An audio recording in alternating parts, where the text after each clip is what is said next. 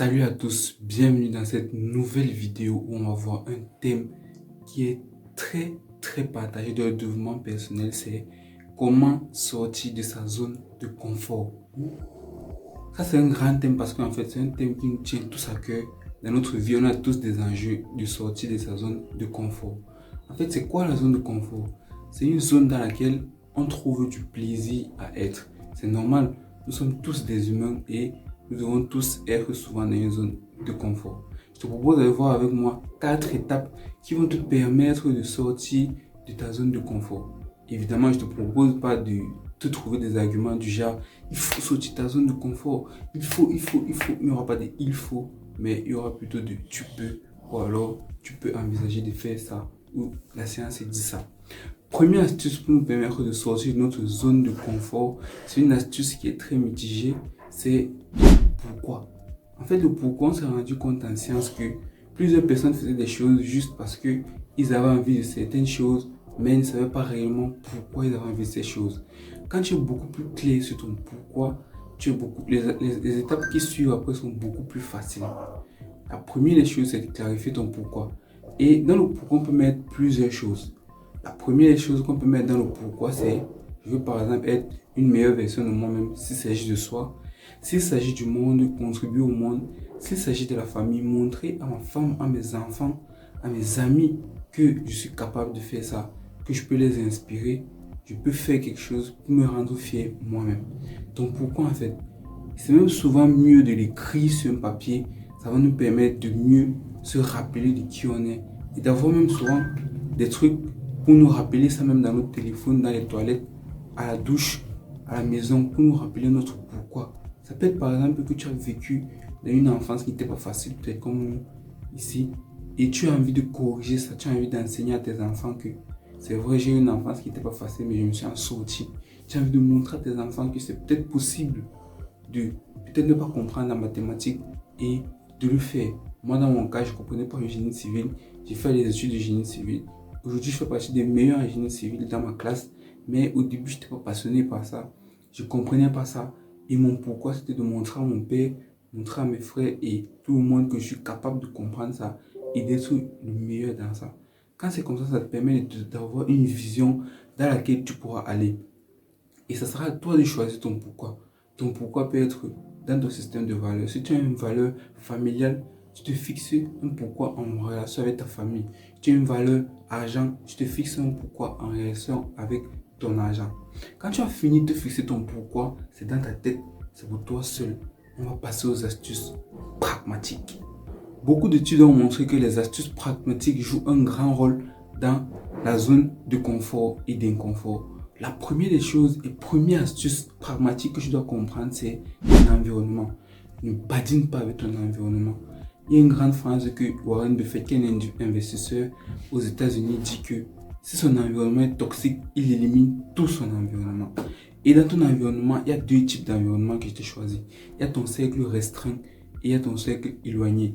Dans ton cercle restreint, tu dois avoir, que ce soit virtuel ou physique, des personnes qui ont déjà eu à réaliser ce que tu veux réaliser. Tu peux lire des biographies, tu peux écouter des podcasts, tu peux regarder des vidéos des personnes qui ont eu à atteindre ce que tu veux atteindre. Et dans ton environnement éloigné, tu peux être en contact, par exemple, avec des personnes qui peuvent t'aider à réaliser ce que tu veux réaliser. Dans ton environnement restreint, tu ne dois pas patiner avec ça. Tu dois avoir des personnes solides à la maison, tu dois avoir des personnes solides en famille.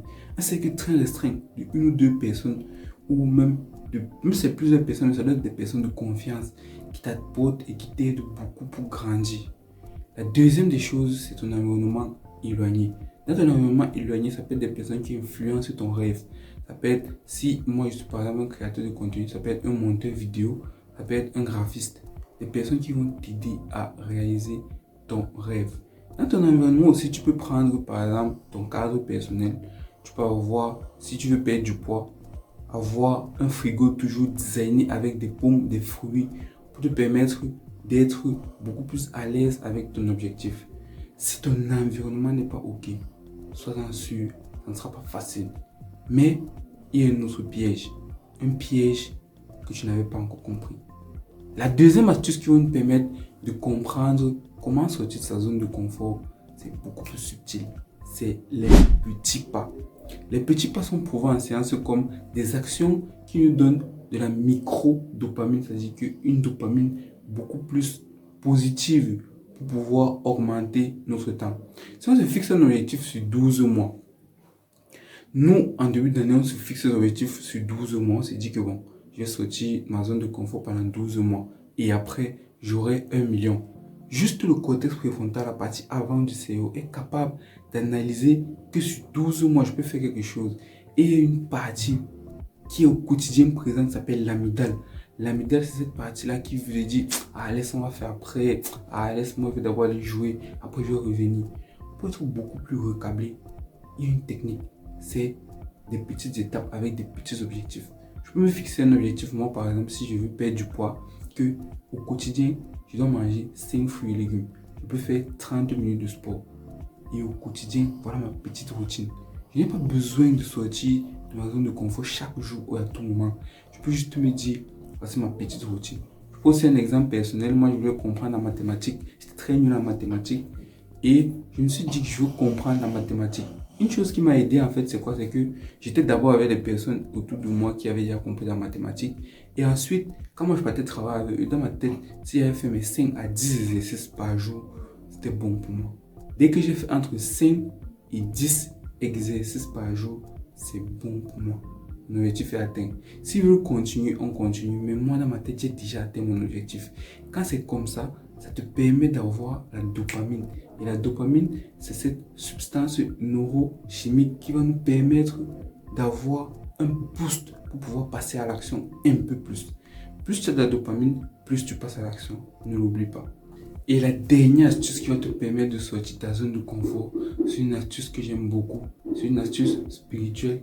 C'est une astuce qui est de se remémorer dans le passé des actions qu'on a eu à faire, où on a dû faire preuve de volonté et on a quand même réussi. Je suis sûr que toi comme moi, on a tous des actions dans la vie qui nous ont permis de sortir de notre zone de confort. Ça peut être n'importe quoi. Ça peut être aller draguer des filles dans la rue. Ça peut être par exemple avoir fait son premier million. Ça peut être le fait par exemple d'avoir répondu à quelqu'un. Ça peut être par exemple le fait de s'affirmer. Ça peut être le fait d'avoir une moyenne en mathématiques en classe. Se remémorer une action qu'on a dû faire qui nous permet d'avoir de la dopamine, d'avoir un boost de confiance. Tu vas te remémorer cette action-là. Moi, par exemple, je me souviens quand j'étais petit, j'allais vendre dans la rue. Et c'était pas facile d'aller vendre pour un enfant comme moi. Je me suis permis de sortir dans la zone de confort. Je me suis sorti dans la zone de confort et j'ai appris avec le temps que pour être fier de soi, il s'agit de sortir de sa zone de confort. Si la vie était trop facile, si la vie était trop courante comme tout le monde, on n'aurait pas ce sentiment de fierté là, de sortir de sa zone de confort. À un moment, il faut juste se remémorer des actions où on a déjà eu à le faire. Par exemple, un moment où on était fort pour toute sa famille, un moment où on a fait, quel qu'en soit ce que toi tu as dû faire, une action banale, mais qui va te permettre de te remémorer que tu as dû faire une action où tu es sorti de ta zone de confort. Et enfin, un petit bonus que j'ai envie de te donner, c'est qu'il n'y a pas de formule magique. À un moment, les Américains et les basketteurs disent just do it. Fais-le juste. Persévère, vas-y, fais-le. Remémore-toi d'où tu sors. Remémore-toi tes enfants que tu vas rendre fiers. Utilise un bon environnement. Utilise ce qu'il te faut. Et vas-y, passe à l'action. Tout va bien se passer. On est ensemble.